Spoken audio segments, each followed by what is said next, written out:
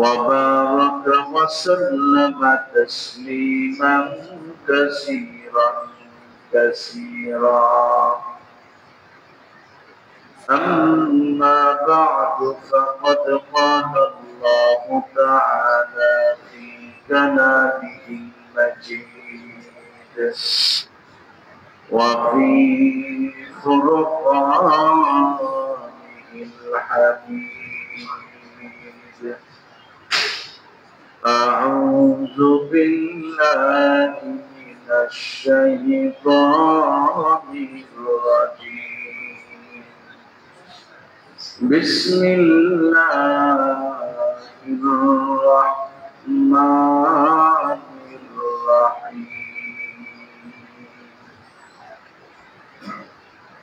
لقد من الله على المؤمنين إذ بعث فيهم رسولا منهم يتلو عليهم آياته ويزكيهم ويعلمهم الكتاب والحكمة وإن كانوا من قبل لفي ضلال مبين.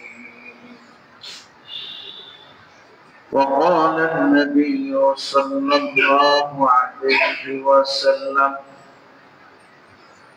تركت فيكم أمرين لن تضلوا ما تمسكتم بهما كتاب الله وسنة رسوله أو كما قال عليه الصلاة والسلام. সকলে আমরা মুহাব্বতের সাথে দুরূদ ইব্রাহিম পড়ি।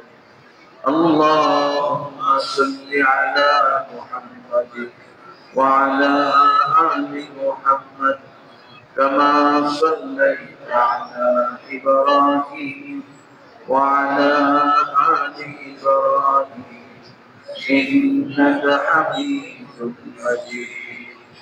আল্লাহুম্মা বারিক আলা মুহাম্মাদ وعلى آل محمد كما باركت على إبراهيم وعلى آل إبراهيم إنك حميد مجيد. بلغ العلا بكماله كشف الدجى بجماله حسنت جميع خصاله صلوا عليه وآله. اللهم صل وسلم وبارك عليه. محترم মুসল্লিয়ান ইকরাম, সমস্ত প্রশংসা মহান আল্লাহ পাক রব্বুল আলামিনের জন্য, যিনি আমাদেরকে অত্যন্ত ভালোবেসে দুনিয়াবি বিভিন্ন ব্যস্ততা থেকে মুক্ত করে আজকে এই পবিত্র জুমার দিনে তার পবিত্রতম ঘর মসজিদে আসার বসার সুযোগ করে দিয়েছেন জুমার নামাজ আদায়ের উদ্দেশ্যে। এই জন্য আমরা সকলেই দিন থেকে আল্লাহ পাক রব্বুল আলামিনের দরবারে কালিমাতুশ শুকর আদায় করি। আলহামদুলিল্লাহ, আলহামদুলিল্লাহ। আল্লাহ পাক রব্বুল আলামিন আমাদেরকে দিক নির্দেশনামূলক কিছু নসিহত করেছে। নসিহত কিছু কুরআনুল কারীমের মাধ্যমে করেছে, আবার কুরআনুল কারীমে কিছু বিষয় এমন আছে যেগুলো মূলনীতি আকারে আছে। তার ব্যাখ্যা স্বরূপ রাসূল করিম সাল্লাল্লাহু আলাইহি ওয়াসাল্লামের হাদিসের মাধ্যমে আমাদেরকে নসিহত করেছে। এজন্য আমাদেরকে কোরআন এবং সুন্নাহ সামনে রেখেই জীবন যাপন করতে হবে। কারণ একজন মুমিন যে নাকি ঈমান এনেছে, যে নাকি তার নামটা ঈমানওয়ালাদের খাতায় উঠায় ফেলেছে, সে ইচ্ছা করলে অন্যায়মূলক কাজ করতে পারবে না। একটা জিনিস খেয়াল করেন, ঈমানদার সে কোনোদিন মিথ্যা কথা বলতে পারবে না। এই নসিহত আল্লাহ তাআলা করেছে। আল্লাহ তাআলা বলে দিয়েছেন, ইয়া আইয়ুহাল্লাযীনা আমানুত্তাকুল্লাহ ওয়া কুলু কাওলান সাদীদা। হে ঈমানদাররা, তোমরা আমি আল্লাহকে ভয় করো আর সব সময় সঠিক কথা বলো, আদেশ করছে। তাইলে এই আয়াত থেকে আমরা নসিহত পাইলাম যে আল্লাহ তাআলা আমাদেরকে হুকুম করতেছেন সঠিক কথা বলা, মিথ্যা কথা বলা যাবে। তাইলে এটা একজন ঈমানদারের জন্য অবশ্যই অবশ্যই পালন করতে হবে। ইচ্ছা করলে তুমি মিথ্যা কথা বলতে পারবে না, নিষেধ। কারণ তুমি ঈমানদার, তুমি মুমিনের খাতায় নাম লেখাইছ। এমনি ভাবে একজন ঈমানদার সুদ খাইতে পারবে? সুদ হালাল না হারাম? আমার সাথে একটু কথা কইেন, মুখ বন্ধ করে বয়ে থেকে, তাইলে বুঝা যাইল যে এই কাজে মনে আপনিও জড়িত আছে। কিছু হা হু কইলেন, অন্তত লক্ষ্মী ফেরেস করার কোনে না, চোর হইলেও মানুষ ভালো স্বীকার করছে। বিষয়টা হলো কি, আমি যে কথাগুলো বলতেছি আপনারা বুঝতেছেন কিনা এটাও তো আমার বোঝা দরকার। এই জন্য মাঝে মধ্যে একটু ঠেলা দিয়ে। সুদ খাওয়া হালাল না হারাম? হারাম। এর মধ্যে কোনো সন্দেহ আছে? না। এই হারামটা ঘোষণা করছেন কে? আল্লাহ। আহাল্লাল্লাহুল বাইআ ওয়া হাররামার রিবা। রিবা সুদ, হাররামা আল্লাহ হারাম করেছেন সুদ। ব্যবসাকে হালাল করেছেন আর সুদকে হারাম করেছেন। তাইলে এখান থেকেও একটা নসিহত পাইলাম। আল্লাহ তাআলা আমাদেরকে নির্দেশ দিচ্ছেন, এই সুদ খাইতে পারবা না, এটা হারাম, নিষেধ। এইভাবে আল্লাহ পাক রব্বুল আলামিন কুরআনুল কারীমে অসংখ্য বিধান আমাদের জন্য রেখে দিয়েছে। আবার কিছু বিধান এমন আছে যেগুলো কোরআনের মধ্যে মূলনীতি আকারে আছে কিন্তু ব্যাখ্যা নাই। তো সেই মূলনীতির আলোকে ব্যাখ্যা কি হবে, সেই ব্যাখ্যাটা আল্লাহ পাক রব্বুল আলামিন তার প্রিয় হাবিব মুহাম্মদুর রাসূলুল্লাহ সাল্লাল্লাহু আলাইহি ওয়াসাল্লামের মাধ্যমে আমাদের পর্যন্ত পৌঁছে দিয়েছে। এজন্য রাসূল করিম সাল্লাল্লাহু আলাইহি ওয়াসাল্লাম বলেন, তারাকতু ফীকুম আমরাইন, আমি তোমাদের মাঝে দুইটা জিনিস রেখে যাচ্ছি। তারাকতু ফীকুম আমরাইন লান তাদিল্লু মা তামাসসাকতুম বিহিমা কিতাবাল্লাহি ওয়া সুন্নাত রাসূল। এই দুইটা জিনিসকে যদি তোমরা আঁকড়ে ধরে রাখতে পারো, কখনো তোমরা পথভ্রষ্ট হবে না। এই দুইটা জিনিসের মধ্যে এক নাম্বার হলো কোরআন, দুই নাম্বার হলো রাসূলের সুন্নাত। তাইলে ফলাফল আমরা পাইলাম, পথভ্রষ্টতা থেকে মুক্তি পাওয়ার জন্য আল্লাহ তাআলার পক্ষ থেকে দুইটা বিষয় আমাদের সামনে আছে। একটা হইল কোরআন, আরেকটা হইল সুন্নাত। একটা কোরআন, আরেকটা সুন্নাত। এই দুইটা জিনিসের মাধ্যমে কোন মুমিন যদি তার জীবনকে পরিচালিত করে, তাহলে সেই মুমিনের জীবন হবে সফল জীবন। তা না হইলে এই জীবনটা হবে ব্যর্থ জীবন। তো যেই কথা বলতে চাচ্ছিলাম সেটা হলো, আল্লাহ পাক রব্বুল আলামিন এখনো পর্যন্ত আমাদের সামনে কোরআন রেখে দিয়েছে। কোরআনের সাথে আমাদের সম্পর্ক হবে আত্মার সম্পর্ক। এবং দেখে আল্লাহ তাআলা তার প্রিয় হাবিবকে যে আমাদের কাছে পাঠাইছেন, আল্লাহ নিজেই বলতেছেন যে তোমাদের উপরে আমি আল্লাহ দয়া করছি। কোরআনের মধ্যে আসছে কি, লাকাদ মান্নাল্লাহু আলাল মুমিনিন ইয বা'সা ফীহিম রাসূলাম মিনহুম। আল্লাহ পাক রব্বুল আলামিন বলেন, নিশ্চয়ই নিশ্চয়ই আমি আল্লাহ মুমিনদের উপর দয়া করেছি, মান্না অনুগ্রহ করেছি, দয়া করেছি। এই দয়াটা কিভাবে আল্লাহ তাআলা করলেন? ইয বা'সা ফীহিম রাসূলাম মিনহুম।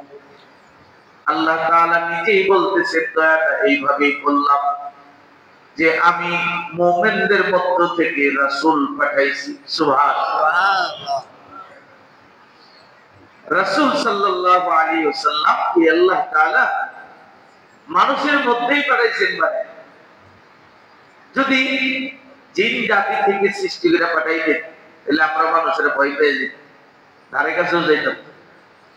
এবং দেখেন একটা জিনিস খেয়াল করে, আল্লাহ তাআলা 40টা বছর পর্যন্ত আমাদের নবীর উপর নবুয়ত দায়িত্ব দেন নাই, রিসালাতের দায়িত্ব দেন নাই। 40 বছর পর্যন্ত সাধারণ মানুষের সাথে আমাদের নবী চলাফেরা করছে। এবং এই 40 বছরের জিন্দেগিটাকে আল্লাহ তাআলা নিজে নিগরানি করেছেন, নিজে তত্ত্বাবধান করেছেন, যাতে কোনো ধরনের পদস্খলন না ঘটে। কারণ ভবিষ্যতে তিনি নবী হবে, তিনি হবে উম্মতের সবচেয়ে বড় মডেল। তাকে সামনে রেখে উম্মত তার জীবন সাজাবে। ওই মডেলের মধ্যে যদি কোনো খুঁত পড়ে যায় তাহলে তো উম্মত এখানে প্রশ্ন করে ফেলবে। এজন্য নবুয়তের আগের জিন্দেগিটাকেও আল্লাহ তাআলা কুদরতি ভাবে সুন্দর ভাবে নিগরানি করেছেন আমাদের নবীর জীবনটা। কেমন দেখেন, নবীজি সাল্লাল্লাহু আলাইহি ওয়াসাল্লাম নবুয়ত প্রাপ্ত হওয়ার আগেও কাফের মুশরিক সকলের কাছে একজন আল আমিন, বিশ্বাসী একটা উপাধি লাভ করেছে। সবাই জানে যে মুহাম্মদ ইবনে আব্দুল্লাহর মধ্য থেকে কোন ধরনের আমানতের খেয়ানত হবে না। যার কারণে দেখা গেছে সবাই দল মত নির্বিশেষে সবাই তার কাছে এসে আমানত রাখে এবং এটাকে বিশ্বস্তের একটা ভান্ডার মনে করত সবাই। একবার মক্কার কাফের অনেক গোত্র, তো সেখানে হজরে আসওয়াদ, এখন যারা আমরা বাইতুল্লাহ গেছি বা দেখছি যে হজরে আসওয়াদ কালো পাথরটা, এই পাথরটা বাইতুল্লাহর সংস্কার পুনর্নির্মাণের কাজ যখন হয়, এই পাথরটা কারা ওইখানে স্থাপন করবে এই নিয়ে বংশ বংশের দলাদলি শুরু হয়ে গেছে। এবং এটা এমন পর্যায়ে চলে গেছে যে গোত্রে গোত্রে যুদ্ধ হওয়ার উপক্রম হয়ে গেছে। এখন সব গোত্রের লিডাররা, সর্দাররা বসছে সমাধানের জন্য যে কোন গোত্রের লোকেরা এই হজরে আসওয়াদ এই জায়গায় স্থাপন করবে। কেউ কাউকে ছাড় দিতে রাজি না, এরা কয় আমরা করুক, ওরা কয় আমরা করুক। এখন কি সমাধান? সমাধান হলো বসছে কয়েকজন লিডার মিলে সমাধান করছে, আগামীকাল ফজরের সময়, সুবহে সাদিকের সময় যে নাকি প্রথম বাইতুল্লাহ প্রবেশ করবে, হারামে প্রবেশ করবে, সেই ফয়সালা দিবে কে পাথর স্থাপন করবে। সব লিডাররা মানছে, ঠিক আছে, এই কালকে কে প্রথম আসে। দেখে যে ফজরের সময়, সুবহে সাদিকের সময় সর্বপ্রথম যিনি আসলেন তিনি হলেন সরকারে দো আলম মুহাম্মদুর রাসূলুল্লাহ সাল্লাল্লাহু আলাইহি ওয়াসাল্লাম, প্রথম বাইতুল্লাহ। এখন সবাই নির্দ্বিধায়, অথচ এরা কিন্তু সব বেঈমান, মুশরিক, মূর্তি পূজা করে, সবাই নির্দ্বিধায় কোনো প্রশ্ন ছাড়া আমাদের নবীকে সালিশ মানছে যে মুহাম্মদ ইবনে আব্দুল্লাহ যেই সমাধান দিবে আমরা সেটা মেনে নেব, এক বাক্যে সকলের মুখ থেকে। আমাদের নবীও তো আল্লাহ পাক রব্বুল আলামিন ওনাকে কুদরতিভাবে নিগরানি করতেছে। উনি তো আর এমন কোন সিদ্ধান্ত নেবেন না যেটা মানুষের মধ্যে দলাদলি তৈরি হয়। উনি কি করছে? উনি বলছেন যে বড় একটা চাদর নিয়ে আসো। তো সবাই এইটা মানছে, একটা চাদর আছে। আনার পরে উনি নিজ হাতে ওই চাদরের মাঝখানে পাথরটা রাখছে, রাইখা বলছে এই চাদরের চতুর্দিকে প্রত্যেক গোত্রের লিডাররা হাত ধরে। তো প্রত্যেক গোত্রের লিডাররা, সর্দাররা ওই চাদরের মধ্যে কি করছে? হাত দিচ্ছে। তাইলে সবাই শরীক। এরপরে রাসূল করিম সাল্লাল্লাহু আলাইহি ওয়াসাল্লাম সবাইকে নিয়ে হযরত আসওয়াদকে ওই জায়গার মধ্যে স্থাপন করে দিয়েছে। সুবহানাল্লাহ। তাইলে বোঝা গেল আমাদের নবীকে নবুয়তের আগেও সবাই সম্মান করত, কারণ উনি ছিলেন বিশ্বস্ততার একটা ভান্ডার, যেখানে কোন ধরনের খেয়ানতের কোন সন্দেহ তাদের ভিতরে ছিল না। এই জন্য আল্লাহ পাক রব্বুল আলামিন কুরআনুল কারীমে বলতেছেন, লাকাদ মান্নাল্লাহু আলাল মুমিনিন ইয বা'আসা ফীহিম রাসূলাম মিনহুম। আমি আল্লাহ তো মুমিনদের উপর দয়া করেছি। কেমন দয়া? যে তাদের মধ্য থেকেই আমি রাসূল পাঠিয়ে দিছি। আমি তো ইচ্ছা করলে জিন জাতির মধ্য থেকেও রাসূল বানায় পাঠাইতে পারতাম। আল্লাহর এই ক্ষমতা আছে? অবশ্যই আছে। আল্লাহ পাঠাইতে পারতেন, কিন্তু মানুষের মধ্য থেকে কেন পাঠাইছেন? তাফসীরের কিতাবের মধ্যে আসছে, মানুষ যাতে যখন দ্বীনের দাওয়াত দেওয়া হবে তখন যাতে মানুষ ভয় না পায়, মানুষ যেন তাকে অন্তর থেকে মহব্বত করে ভালোবাসে এবং অন্তর থেকে সেই দাওয়াতটা কবুল করে। এজন্য আল্লাহ তাআলা আমাদের রাসূলকে পাঠিয়েছেন। তো রাসূল আকরাম সাল্লাল্লাহু আলাইহি ওয়াসাল্লাম দুনিয়াতে আগমন করার পরে প্রথম যেই কাজটা করেছেন সেটা হলো নবুয়ত প্রাপ্ত হওয়ার পরে তার উপরে কোরআন নাযিল হয়। আর এই কোরআনের আয়াতগুলো উম্মতকে তেলাওয়াত করে শিখাইতে হবে। এজন্য আল্লাহ তাআলা প্রথম নবীকে যে দায়িত্বটা দিয়েছেন সেটা হলো ইয়াতলু আলাইহিম আয়াত, যে আপনি আপনার উম্মতের কাছে কোরআনের আয়াতগুলোকে তেলাওয়াত করে করে শোনাইবেন, তাদেরকে তেলাওয়াত শিখাইবেন, তেলাওয়াত শোনাবেন। কারণ কুরআনুল কারীমের তেলাওয়াত করা এবং শোনা উভয়টার মধ্যেই আল্লাহ তাআলা নেকি রেখে দিয়েছেন, সওয়াব রেখে দিয়েছেন। আর কুরআন এমন একটা কিতাব, যে কিতাবকে আল্লাহ তাআলা নূর বলেছেন। নূর অর্থ হলো আলো। এই নূর যেই কলবের মধ্যে ঢুকবে সেই কলবটাকে আল্লাহ তাআলা আলোকিত বানায়। সুতরাং এই কোরআনের সাথে যেন আমাদের একটা সম্পর্ক হয়, কারণ এটা নববী শিক্ষার প্রথম ধাপ। এই জন্য আমাদের সন্তানদের কোরআনের শিক্ষায় রাখতে হবে। অন্তত পক্ষে কোরআন যেন সহিহ করে পড়তে পারে এইরকম যোগ্যতা আমাদেরও থাকতে হবে, আমাদের সন্তানদেরও থাকতে হবে। তা না হলে সামনে অবস্থা আরো ভয়াবহ। যেমন কয়েকদিন আগে আমাদের এই দেশে যে বিদ্যাপীঠগুলোকে আমরা জাগতিক দৃষ্টিকোণ থেকে সর্বোচ্চ বিদ্যাপীঠ মনে করি, এই যে নর্থ সাউথ ইউনিভার্সিটিতে যে ঘটনাটা ঘটছে, এই ঘটনাটা এটা কিন্তু আমি যদি ওই যে অনেকে বিবৃতি দিছে, যে কি বিবৃতি দিছে, যে তার মাথা ঠিক নাই। সব জিনিসে ঠিক আছে, কোরআন অপমাননা করার সময় তার মাথা ঠিক নাই। যারা এই ধরনের ব্যাখ্যা দিচ্ছে এরাও এই কোরআন অপমাননাকারীদেরকে সমর্থন করতেছে। ঠিক। আমি মনে করি তুমি দুনিয়ার কোনটা আগুন, কোনটা পানি, কোনটা বাতাস সব বুঝো, লাভ লস সব বুঝো, নিজে কি খাইবা সেটাও বুঝো, আর কোরআন অপমাননা করতেছে ওইখানে যাইয়া তুমি ব্যাখ্যা দিবা যে তার মাথা ঠিক ছিল না, আমি তো মনে করি না না, ডাল মে কুছ কালা হে, তোমার ভিতরেও কুরআন অবমাননাকারীদের সমর্থনের সেই গন্ধ পাওয়া যায়। কথা বলেন ঠিক কিনা? সুতরাং ইমাম তোমার আছে কিনা সন্দেহ আছে। অনেকেই বুদ্ধিজীবী সাইজা সংসদে বইয়া পত্রিকায় বিবৃতি দেয়, তো মাথা ঠিক ছিল না।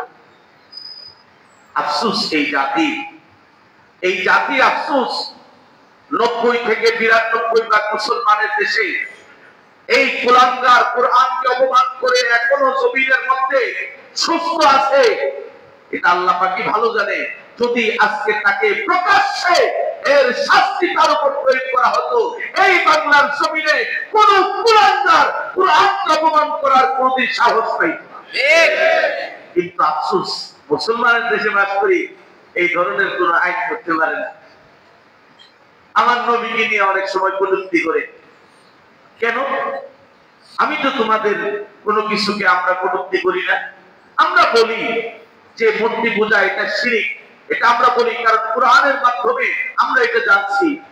আর শিরক এমন বড় ধরনের গুনাহ যেটা আল্লাহ তাআলা মাফ করবে না।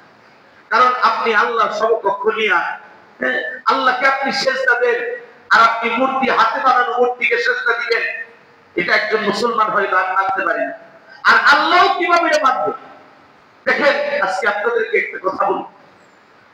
হযরত আব্দুল কাদের জিলানী রাহমাতুল্লাহি আলাইহি, ওনার কাছে এক মহিলা একটা সমাধান চাইতে গেছে। কি সমাধান? হয় আমার স্বামী আমার রাইখা আরেকটা বিয়ে করছে, আমাকে রাইখা আরেকটা বিয়ে করছে। তো ভালো কথা, বিয়ে করছে, অসুবিধা নেই। কারণ একজন মানুষ, একজন পুরুষ 4টা বিয়ে করতে পারে, অনুমোদন আছে না? আসেনি?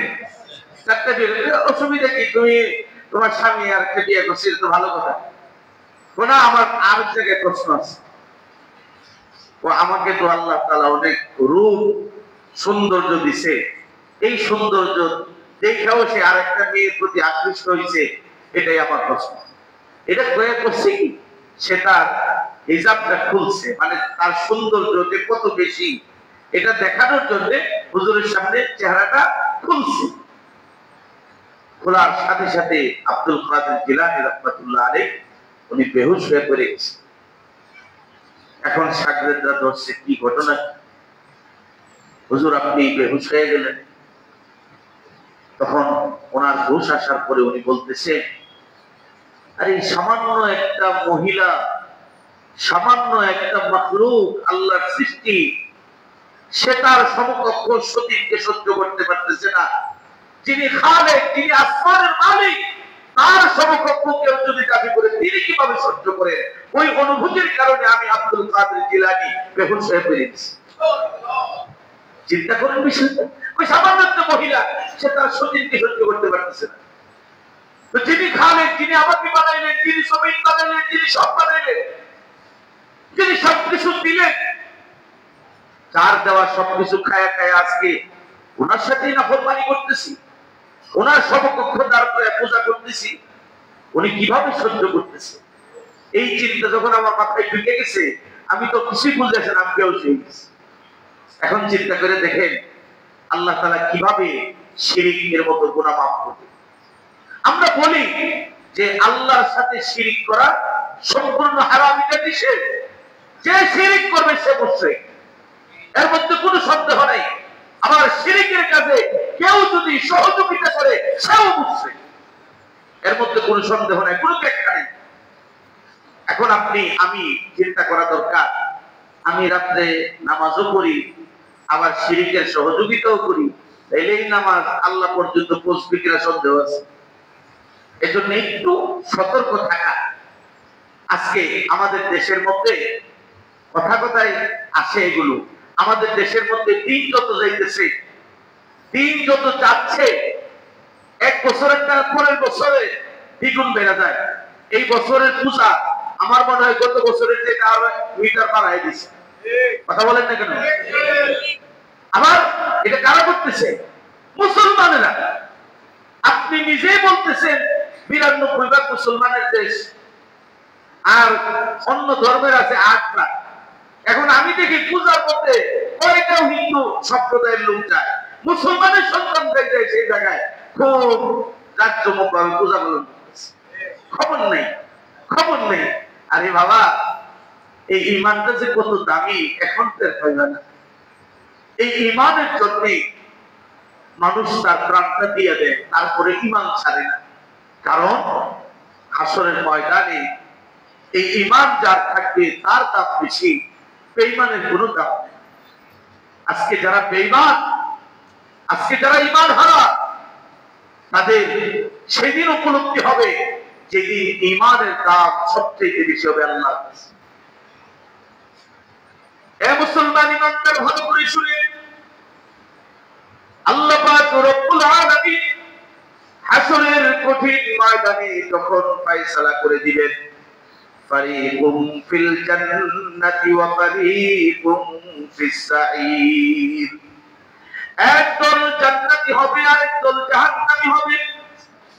জাহান্নামী যারা হবে তাদের মধ্যে দুইটা দল থাকবে, একটা হলো চিরস্থায়ী জাহান্নামী আর একটা হলো ক্ষণস্থায়ী জাহান্নামী। চিরস্থায়ী জাহান্নামী কারা? যারা বেঈমান, কাফের, মুশরিক, মুনাফিক, এরা জাহান্নামে ঢুকবে, কোনদিন আর জাহান্নাম থেকে বের হতে পারবে না। ক্ষণস্থায়ী জাহান্নামী কারা? যারা দুনিয়াতে ঈমান ছিল কিন্তু গুনার কাজে লিপ্ত হয়ে গেছে, আল্লাহ পাক রব্বুল আলামিন তাদেরকে একটা সময় নির্ধারণ করে দিয়ে জাহান্নামে ছেড়ে দিবেন। ওই সময়টা শেষ হওয়ার পরে ওই যে ঈমান একটু ছিল, সেই ঈমানের বদৌলতে আল্লাহ তাআলা জাহান্নাম থেকে বের করে দিয়ে তাদেরকে আবার জান্নাতে পৌঁছায়া দিবে। এই দুই দল যখন জাহান্নামে প্রবেশ করবে, জাহান্নামে যাওয়ার পরে চিরস্থায়ী জাহান্নামী যারা বেঈমান, কাফের, মুশরিক, মুনাফিক, এরা তখন ক্ষণস্থায়ী জাহান্নামী ঈমানদার গুনাহগারদেরকে টিটকারি করবে, উপহাস করবে। কি ব্যাপার, তোমরা না আল্লাহর উপরে ঈমান আনছো, আবার জাহান্নামে আসলা কেন? এইভাবে উপহাস করবে। আল্লাহ পাক রব্বুল আলামিন হাসরের ময়দানে এই ফয়সালা হওয়ার পরে জাহান্নামের ভিতরে তাদের উপহাসটা দেখতে থাকবেন। আল্লাহ তাআলা তখন আর সহ্য করবেন না। আল্লাহ তাআলা হযরত জিবরাইলকে ডাক দিয়া বলবেন, জিবরাইল, আমার ঈমানদার গুনাহগার বান্দাদেরকে বেঈমানের গোষ্ঠীরা উপহাস করতেছে, ঠাট্টা করতেছে, আমি আল্লাহ সহ্য করতে পারতেছি না। ও জিবরাইল, যাও জাহান্নামের ভিতরে যাও, যেই বান্দার কলবের মধ্যে যারা পরিমাণ ঈমান থাকবে তাকে তুমি উঠায়া নিবা। হযরত জিবরাইল আলাইহিস সালাতু ওয়াস সালাম ফেরেশতাদের একটা জামাত নিয়া জাহান্নামের ভিতরে চিরুনি অভিযান পরিচালনা করবেন। যাদের ভিতরে যারা পরিমাণ ঈমান আছে তাদেরকে উঠায়া নিবেন। এইভাবে সাকনে দিয়া সাকার মতো ঈমানওয়ালাদেরকে সাইকা জাহান্নাম থেকে উঠায়া বিরাট বড় একটা মিছিল আকার তৈরি হয়ে যাবে, বিরাট বড় একটা কাফেলা তৈরি হয়ে যাবে। ওই কাফেলা নিয়ে হযরত জিবরাইল যখন জান্নাতের পথে রওনা করবে, ওই সময় বেঈমান, কাফের, মুশরিকরা আফসোস করে বলবে, রুবামা ইয়াবাদুল্লাযীনা কাফারু লাউ কানু মুসলিমিন। সেই দিন বেঈমান, কাফের, মুশরিকরা আফসোস করে বলবে, হায় হায়, দুনিয়াতে যদি সামান্যতম ঈমান আনতে পারতাম তাহলে তো আজকে এই মিছিলে অংশগ্রহণ করে আল্লাহর তৈরি জান্নাতে যাইতে পারতাম। সুবহানাল্লাহ। দেখেন, সামান্য যারা পরিমাণ ঈমান যদি থাকে, এটার দাম কত বেশি। আল্লাহ তাআলা তাকে কোনো না কোনো ভাবে আল্লাহর তৈরি জান্নাতে তাকে পৌঁছায় দিবেন, এর মধ্যে কোনো সন্দেহ নেই। তো আজকে আমি আপনি এই পূজায় অংশগ্রহণ করে, সমর্থন করে, শুভেচ্ছা বার্তা দিয়া আমরা যে সমর্থন করতেছি, এটা কি আমার ঈমানের উপর হুমকি আসতেছে কিনা একটু খবরটা নিয়ে দেখে, একটু খবর নিয়ে দেখে। এই কথাগুলো কেন বলতেছি? আমরা অনেক সময় অনেক কিছু বুঝে উঠতে পারি না, আমাদের একটি সমস্যা। আমরা তো তারা পূজা পালন করুক, আমাদের পক্ষ থেকে অবশ্যই তাদেরকে নিরাপত্তা দিতে হবে, এটা আমাদের দায়িত্ব। কারণ তারা এই দেশের নাগরিক। নাগরিক হিসেবে তাদের ধর্মীয় স্বাধীনতা অবশ্যই, এটাকে আমরা সম্মান দিই, ঠিক আছে তাদের। কিন্তু আমি কেন গিয়ে অগ্রসর হয়ে একবার একটু আগায় গিয়ে সমর্থন করব? কারণ এই সমর্থন তো আমার ঈমানের উপর হুমকি। এই জন্য বলতেছিলাম যে আমি আপনি প্রত্যেকে যার যার অবস্থান থেকে এই বিষয়টাও সবসময় উপলব্ধি করবেন যে অন্তত পক্ষে এগুলো থেকে নিজেকে একটু দূরে রাখেন। বেঈমানদের এই সোহবত, এই সংস্পর্শতা, এটা যেন আমার জাহান্নামে যাওয়ার কারণ না হয়ে যায়। কারণ আল্লাহ রাসূল বলে দিয়েছেন, মান তাশাব্বাহা বিকওমিন ফাহুয়া মিনহুম, যে নাকি যে জাতির সাদৃশ্যতা গ্রহণ করবে তার সাথে তার হাসর হবে। এখন আমার হাসর যদি হিন্দু ধর্মের লোকদের সাথে হয়, এর চাইতে দুঃখজনক আর কি হতে পারে? এজন্য একটু সাবধান। আর আমাদের মধ্যে এত আবেগ কেন? এত আবেগ, দুনিয়া তো ক্ষণস্থায়ী। আজকে যে গেলেন, কালকে যে আইসা কালিমা পড়া নতুন করে মুসলমান হইয়া মৃত্যুবরণ করবেন, গ্যারান্টি আছে? কথা বলেন না কেন? এমনও তো হয়ে যাইতে পারে পূজা ফিরে আইছে, এরপর চিটপাটাং হয়ে গেছে দুনিয়া থেকে। এখন আপনি কি জানাজা করবেন না কবর ইয়াতে শ্মশানে নিয়ে পুরা দিবেন? কোনটা করবেন? অবস্থা তো এখন আমরা প্রশ্নের সম্মুখীন হয়ে যেতেছি, বাস্তব কথা প্রশ্নের সম্মুখীন হয়ে যেতেছি। এই জন্য একটু সাবধান। যেহেতু আল্লাহ তাআলা আমার এখানে একটু দায়িত্ব দিচ্ছে, এই জন্য আমার দায়িত্বের আলোকে আপনাদেরকে নসিহত গুলা করতেছি। কারণ আমি চাই না আমাদের মধ্যে ভুল বুঝাবুঝির কারণে আমরা ঈমান হারা হয়ে যাই। কারণ শিরক, ইন্না শিরকা লাযুলমুন আযীম, এটা আল্লাহর ঘোষণা। সেই সবচেয়ে বড় গুনাহ। এই গুনার সাথে নিজেকে জড়াবেন না। নামাজও পড়বেন, বোঝাইও যাবেন, এটা আবার করবেন, এটা করে ঠিক না। ওনাদের আচার অনুষ্ঠান, ধর্মীয় অনুষ্ঠান পালন করার ক্ষেত্রে কেউ যাতে কোনো ক্ষতি না করতে পারে সেদিকে আপনি নজর রাখেন, অসুবিধা কি আছে? আপনি তাকে ইয়ে করে একটু নিরাপত্তা দেওয়ার ব্যবস্থা নাগরিক, সেই হিসেবে নাগরিকের নিরাপত্তা সে পাবে।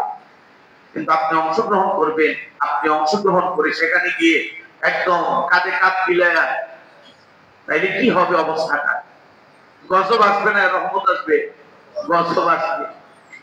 অশান্তি যে আজকে আমাদের মাঝে বিরাজমান, এই অশান্তির মূল কারণটাই হলো যে আমরা আল্লাহর এই সঠিক দিন থেকে দূরে সরে গেছি।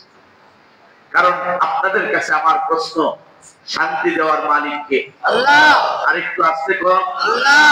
আরো জোরে বলেন, আল্লাহ। কিন্তু আফসোসের বিষয় হলো আমাদের কিছু ভাই ওই পূজাতে যায় কয় দুর্গা দেবী বলে এবার শান্তি নিয়ে আসে। আফসোস এই জাতি। আর কি বেশি খাই যাইতেছে। এই জন্য একটু সাবধানে থেকে ঈমানটা রক্ষা। এই ঈমান বড় দামি জিনিস। ঈমান ছাড়া কবরে গেলে ওই কবর আমার জন্য কঠিন হয়ে যাবে। জাহান্নামের টুকরা হয়ে যাবে। এমনি তো মনে করতেছে না জাহান্নাম আবার কি? না, জাহান্নাম আরামের জায়গা। আল্লাহ হেফাজত করুন, আল্লাহ হেফাজত করুন। একটা জিনিস মনে রাখবেন, একজন মানুষ সাধারণভাবে যখন মৃত্যুবরণ করে, মুমিনের মৃত্যু আর কাফেরের মৃত্যু দুইটার মধ্যে পার্থক্য আছে। মৃত্যুর কষ্ট সবাই অনুভব করবে। তো মুমিনের মৃত্যুটা কেমন হবে? কিতাবের মধ্যে আসছে মুমিনের মৃত্যুটা হবে এমন, আটা দিয়ে খামিরা বানানো হয় না? দেখেন বিভিন্ন হোটেলে সকালবেলা পরোটার খামিরা বানায় না? এই পরোটার খামিরা থেকে যদি একটা চুল বের করা হয়, খামিরা টের পাইব? কথা বলেন না কেন? টের পাবে না। দেখা গেছে সুন্দর চুলটা বের হয়ে গেছে, খামিরার মধ্যে কোনো ধরনের আসর করতেছে না। ঠিক তদ্রুপ একজন মুমিন আল্লাহওয়ালা যখন মৃত্যুবরণ করে, তার রূহটা এমন ভাবে বের হবে সে টেরও পাবেন। সুবহানাল্লাহ। এখন আপনি বলবেন হুজুর মৃত্যু যন্ত্রণা তো সবারই আছে, তো এটা কেমন? এটারও ব্যাখ্যা আছে।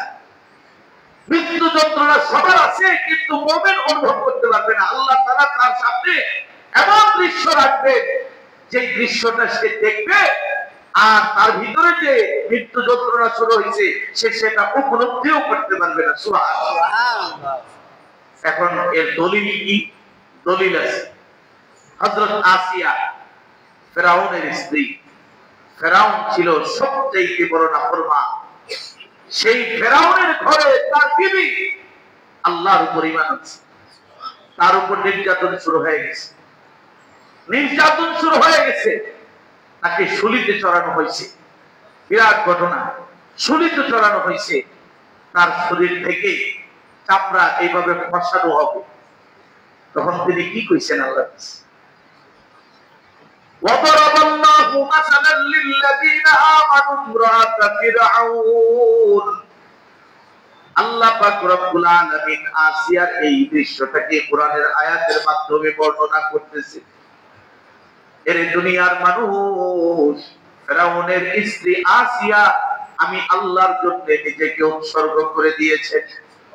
যখন তার নির্যাতনের চরম অবস্থা চলে আসছে, তাকে শুলিতে চড়ানো হলো। হাত পায়ের মধ্যে পেরেক মারা হয়ে গেছে, সবাইকে দেখায়া দিবে। আসিয়া তখন চোখের পানি ছাড়ে আর বলতেছে, ইজ ক্বালাত রাব্বি বিনিলি ইনদাকা বাইতান ফিল জান্নাহ। আল্লাহ, আমি আসিয়া তোমার উপর ঈমান আনছি। মখমলের বিছানা ছাইরা এই কষ্টের জীবন শুরু করে দিয়েছি, একমাত্র হাসরের ময়দানে তোমার কাছ থেকে জান্নাত লাভ করার জন্য। সুবহানাল্লাহ। আসিয়া ওই নির্যাতনের হালতে বলতেছেন, ইজ ক্বালাত রাব্বি বিনিলি ইনদাকা বাইতান ফিল জান্নাহ। আল্লাহ, আমি আসিয়াকে যদি তুমি ভালোবাসো তো আমার জন্য তুমি জান্নাতের মধ্যে যেই ঘরটা নির্মাণ করে রাখছো ওই ঘরটা তুমি আমাকে দেখায়া দাও। সুবহানাল্লাহ। ওয়ানাজ্জিনি মিন ফিরআউনা ওয়া আমালিহি ওয়ানাজ্জিনি মিনাল কওমিজ জালিমিন। আল্লাহ, ফিরআউনের এই আচরণ থেকে, সে আমার সাথে যে খারাপ ব্যবহার করতেছে, আমাকে যে শাস্তি দিচ্ছে, এগুলো থেকে তুমি আমাকে মুক্ত করো, আর জালেমের জুলুম থেকে তুমি আমাকে হেফাজত করো। এইভাবে শুরু দোয়া করছেন। কিতাবের মধ্যে আসছে, তাফসীরের কিতাবে, যে আল্লাহ পাক রব্বুল আলামিন হযরত জিবরাইলকে ডাক দিয়া বলতেছেন, ও জিবরাইল, আমার আসিয়ার এই দৃশ্য, আসিয়া যে দরখাস্তটা করছে, তার জন্য যেই জান্নাত আমি রেডি করে রাখছি, ওই জান্নাতটা আমার আসিয়ার সামনে তুলে ধরো, আর এই জান্নাত দেখতে দেখতে সে যেন দুনিয়া থেকে বিদায় নিয়ে চলে। সুবহানাল্লাহ। এখন আমার জন্য পালাখানা রেডি আছে। পালাখানা আমি দেখতেছি যে মরণের পরেই আমি সেখানে যাব। এখন আমার যতই কষ্ট হোক, এটা কি কষ্ট মনে হবে? হ্যাঁ, এটা কষ্ট মনে হবে না। আমাদের এক হুজুর এই ঈমানের হালতে মুমিন কিভাবে কষ্টকে কষ্ট মনে করে না, এর একটা উদাহরণ দিছিল। কারণ ঈমানদার তো আল্লাহর পাগল। কার পাগল? আল্লাহর পাগল। আল্লাহর সাথে তার মহব্বত, আশিক আর মাশুকের ব্যাপার। বান্দা হলো আশিক, মাশুক হলেন কে? আল্লাহ। আর জোরে বলেন কে? আল্লাহ। আল্লাহ। এক হুজুর উদাহরণ দিছিলেন, এখনো মনে আছে। হুজুর বলছিলেন, কেউ যদি কেউরে ভালোবাসে, আর ওই ভালোবাসার ব্যক্তিটা যদি খালের ওই পার হয়, খালের ওই পার, এখন তার সাথে দেখা করতে হবে। আর ওই সময় কোন শীত, খালের পানি ঠান্ডা না বড় ঠান্ডা। এখন এই ঠান্ডা পানি পার হয়ে নৌকাও নাই, কিভাবে যাব? তারপরে কি করতে হবে? ওই প্রেমাস্পদের সাথে সাক্ষাৎ করতে হবে, কারণ সে তো ওই পারে। এখন ওই প্রেমাস্পদের সাথে সাক্ষাৎ, এটা তার কাছে সবচেয়ে বেশি প্রিয়। এই খাল, ঠান্ডা পানির খাল, সে অটোমেটিক পার হবে। তার এই ঠান্ডাটা কোনো কষ্টদায়ক হবে না, বরং ওই পারে গেলেই তো আমার মাসুককে আমি পেয়ে যাব। ঠিক তদ্রুপ একজন ঈমানদার মুসলমান দুনিয়াতে যখন তার মৃত্যু আসে, ওই মৃত্যুটা এমনই হয় যে মরণের পরেই সে সোজা আল্লাহর তৈরি জান্নাতের মালিক হয়ে যায়। সুবহানাল্লাহ। আর জান্নাতের দৃশ্যটা আল্লাহ তাআলা ফেরেশতাদের মাধ্যমে তার সামনে তুলে ধরেন। এটা হলো ঈমানওয়ালাদের বিষয়। আর বেঈমানদের বিষয় হলো, এটা শুনে রাখেন, একটা জিটা অর্থাৎ জীবন্ত একটা বকরিকে যদি লক্ষ্য করে তাই না এরপর তার চামড়াটা খসানো হয়, এই বকরিটা কষ্ট পাবে না? ঠিক ওই রকম একজন বেঈমানের দাঁত যখন কবজ করা হয় আর পায়ের নিচ থেকে এইভাবে চামড়াগুলো টানাটানি বাইর করবে, তার যত রক রেশা আছে সবগুলোকে চিরা এরপর আস্তে আস্তে বের করবে। এই যন্ত্রণাদায়ক অবস্থা সে উপলব্ধি করবে ওই সময়। এখন যে সিদ্ধান্ত নেওয়ার দায়িত্ব আমাদের, আমরা কি ঈমানের উপর অটল অবিচল থাকবো না বেঈমানদের সাথে হাতে হাত মিলায় চলবো, সিদ্ধান্ত নেওয়ার দায়িত্ব আমাদের। এই জন্য আমরা এখন থেকে এই বিষয়গুলো মাথায় রাখবো যে আমি আমার নিজেকে ঈমানের উপর প্রতিষ্ঠিত রাখবো, ঈমানের সাথে সাংঘর্ষিক এই বিষয়গুলো থেকে আমরা দূরে থাকবো। পারবো তো ইনশাআল্লাহ? ইনশাআল্লাহ। সাথে সাথে আরেকটা বিষয়, আমাদের মধ্যে কিছু ভাই মাঝে মধ্যে, এখন তো মিডিয়ার জগৎ, মাঝে মধ্যে কিছু বিবৃতি দেয়। এই বিবৃতি গুলো আমাদেরকে অনেক সময় বিভ্রান্তি করে। এখন এই বিবৃতি গুলো আমরা যারা এখন অনলাইনে অভ্যস্ত, আমরা অনেক সময় এগুলো শুনা আমিও সমর্থন করে বসছি বা আমি একটা কমেন্টস করে বসি। এখন এই কমেন্টসটা যদি সঠিক না হয়, কথা বুঝছেন, একজন একটা কথা বললো আর এই কথার প্রেক্ষিতে আপনি কি করলেন, একটা কমেন্টস করলেন এটার পক্ষে, তাহলে আপনিও এই কথার একজন সমর্থক। এই বেটা যেমন গুনাহগার হবে, আপনি কি খালি যাবেন? কথা বুঝছেন, খালি যাবেন না। এই জন্য কমেন্টস করতে যায় একটু সাবধান, এখানেও ঈমান যাওয়ার সম্ভাবনা আছে।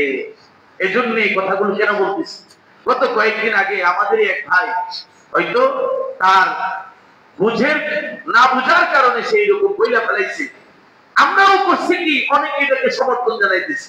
কিরে বাবা, যে কোনো বিষয়ে তুমি সমর্থন জানাইবে কেন? এখানেও তো তোমাকে একটু হিম্মত করা দরকার। কারণ তোমার ভাই যদি আজকে উল্টা পাল্টা বক্তব্য দেয় আর তুমি যদি সমর্থন করো, তুমিও তো তার কাতারে চলে যাবে। কি বলছে এটা স্পষ্ট করার জন্য, কাউকে কোনো পক্ষপাতিত্বের জন্য না, আমাদের ঈমান রক্ষার স্বার্থে রাসূল করিম সাল্লাল্লাহু আলাইহি ওয়াসাল্লামের ব্যাপারে আমাদের এক ভাই একটা কথা বলছে। কি কথা দেখছেন সবাই মিডিয়াতে? সাংবাদিক বলছে, জোরে কোন নাউজুবিল্লাহ, নাউজুবিল্লাহ, আর একটু জোরে কোন না নাউজুবিল্লাহ।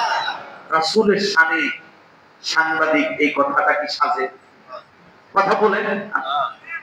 তাইলে এখানে কি বলা যায়? অনেক উলামায়ে কেরামের প্রতিবাদ করছে যে আসলে এখন আসেন আমি এটার বিষয়টাকে ক্লিয়ার করতেছি।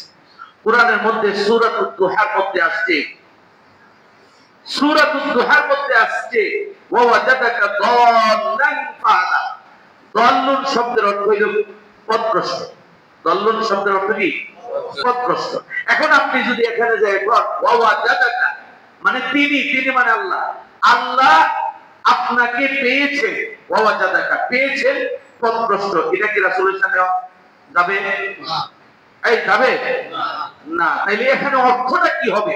কারণ আমার রাসূলের শান মান আমাকে রক্ষা করতে হবে, তাকে সবার সাথে মিশিয়ে দিয়ে চলবে না। দেখেন এই জায়গার মধ্যে অনেকই দয়া হয়েছে, ভাই শান্তি করতে তো আপনাকে, হ্যাঁ আল্লাহ তাআলা পথভ্রষ্ট পাইছে, ফাহাদা এরপরে পথ দেখায় দিছে। এখানে রাসূলের শানে কি কথাটা থাকবে? হ্যাঁ, ঠিক এইরকমই নাবাউন এই শব্দ থেকে নবী আসছে। আর নাবাউন মানে সংবাদ, নাবাউন মানে কি? সংবাদ। আর নবী মানে সাংবাদিক, উনি শাব্দিক অর্থ উঠে দিয়েছে। কিন্তু এখানে তো এটা চলবে না, বরং উনি আল্লাহর পক্ষ থেকে প্রদত্ত ওহীর বাহক। আল্লাহ তাআলা আসমানি ওহী ওনার কাছে পাঠাইছেন, উনি সেই আল্লাহ প্রদত্ত এই বিধানকে উম্মতের কাছে ছড়াই দিয়েছেন। এটা মেসেঞ্জার ইংলিশে বলা যায়। আর যারা সাংবাদিক এদেরকে বলা হয় জার্নালিস্ট। এদেরকে কি বলা হয়? জার্নালিস্ট। দুইটা একসাথে মিলে দেন কেন? এখন আসেন এই কথাটা বলতে চাচ্ছি, ওয়া ওয়াজাদাকা দাল্লান ফাহাদা। আল্লাহ আপনাকে পথভ্রষ্ট পাইছেন আর এরপরে পথ দেখাই দিয়েছেন, নাউজুবিল্লাহ বলেন। এটা অর্থ না, এটা অর্থ না, কারণ এটা আমার রাসূলের শানে ভ্রষ্টতা, এটা কি মিলে? এটা সম্পূর্ণ বেয়াদবি। তাহলে কি বলা যাবে, কি বলতে হবে? তাফসীর কিতাবে এটা সুন্দরভাবে আসছে। কি আসছে? যে আল্লাহ আপনাকে সত্য সন্ধানী পেয়েছে, মানে আপনি সত্য কোনটা তালাশ করতেছিলেন, ওই হালতে আল্লাহ আপনাকে পেয়েছেন, তাইলে ভ্রষ্টতা আছে? সত্য সন্ধানী, কত সুন্দর অর্থটাই। আল্লাহ আপনাকে সত্যের সন্ধানই পেয়েছেন, এরপরে সত্যের সন্ধান মতো আল্লাহ পথ দেখায় দিয়েছে। সুবহানাল্লাহ, এটা বলা যায় না? এটা হলো সুন্দর অর্থ। এখানে প্রশ্নটা চলে না সব জায়গায়। এই কথাটা কেন বললাম? এই জন্য বলছি যে আপনাদের এই যে মিডিয়ার জগৎ এখানে আসছে, আর আপনি এটাকে জিন্দাবাদ দিয়ে দিলেন, মারহাবা দিয়ে দিলেন, মাশাআল্লাহ দিয়ে দিলেন, এটা কিন্তু আপনি ঠিক করলেন না। এই জন্য খুব ঠান্ডা মাথায় রাসূল করিম সাল্লাল্লাহু আলাইহি ওয়াসাল্লামের শান, মান, ইজ্জত সকলের ঊর্ধ্বে, আল্লাহর পরে সমস্ত মাখলুকের উপরে আমার রাসূলের সম্মান আর ইজ্জত। কথা বলেন ঠিক কিনা? এই বিষয়গুলো আমাদেরকে খেয়াল রাখতে হবে। আল্লাহ তাআলা আমাদের সবাইকে বোঝার তৌফিক দান করুন।